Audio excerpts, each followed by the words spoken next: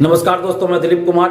दोस्तों, बीपीएससी शिक्षक भर्ती परीक्षा बहुत अच्छे से संपन्न हुई थी और जो व्यवस्था परीक्षा में की गई थी उसकी तारीफ हम लोग लगातार कर रहे थे। सरकार को भी धन्यवाद दे रहे थे और साथ ही बीपीएससी को भी धन्यवाद दे रहे थे और उम्मीद थी कि अंतिम रूप से जब चयन होगा, जब ज्वाइनिंग होगी, तब तक इसी तरह से अच्छे से व्यवस्था रहेगी। लेकिन जब रिजल्ट प्रकाशित हुआ उसके बाद कई तरह की अनियमितताओं की बातें सामने आ रही है। सैकड़ों अभ्यर्थी हमें फोन करके बता रहे हैं, अपनी समस्या बता रहे हैं कि रिजल्ट के बाद कई तरह की अनियमितताएं सामने आ रही है। काउंसलिंग में भी कई तरह की अनियमितताएं सामने आ रही है। बीपीएससी ने जब विज्ञापन निकाला था उस समय यह स्पष्ट रूप से कहा गया था, विज्ञापन में भी इस बात का जिक्र है कि एक अभ्यर्थी का एक ही जगह रिजल्ट रहेगा, लेकिन अभी एक ही अभ्यर्थी का दो तीन जगह रिजल्ट हो गया। इसके चलते हजारों सीट खाली रह जाएगा, क्योंकि एक अभ्यर्थी एक ही जगह सिलेक्ट होगा, एक ही जगह ज्वाइन करेगा।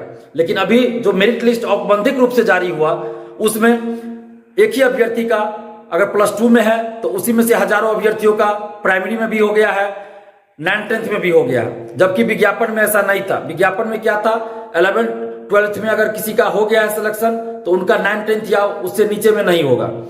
तो इस तरह से ये अनियमितता हुई है। और दूसरी बात, इसके अलावा जो दूसरी बात है कि जो सीटेट अपियरिंग, बीएड अपियरिंग या डीएलएड अपियरिंग में भरे थे उन सब का मार्कशीट पहले अपलोड करा लिया जाना चाहिए था। जो उसमें पास होते उन्हीं लोगों का रिजल्ट जारी होना चाहिए, मेरिट लिस्ट में उन्हीं लोग का नाम होना चाहिए। लेकिन CTET appearing, BEd appearing, DElEd appearing वाले का मार्क्स अपलोड नहीं कराया गया और मेरिट लिस्ट जारी कर दिया गया, जिसके वजह से जो सीटेट फेल भी कर गए, बीएड अपियरिंग वाले फेल भी कर गए बीएड में या डीएलएड में फेल कर गए, या किन्हीं का रिजल्ट नहीं आया अभी तक, उनका भी मेरिट लिस्ट में नाम हो गया और काउंसलिंग में वो लोग बाहर हो रहे हैं। और ऐसी परिस्थिति में सीटें, हजारों सीट खाली रह जाएगा।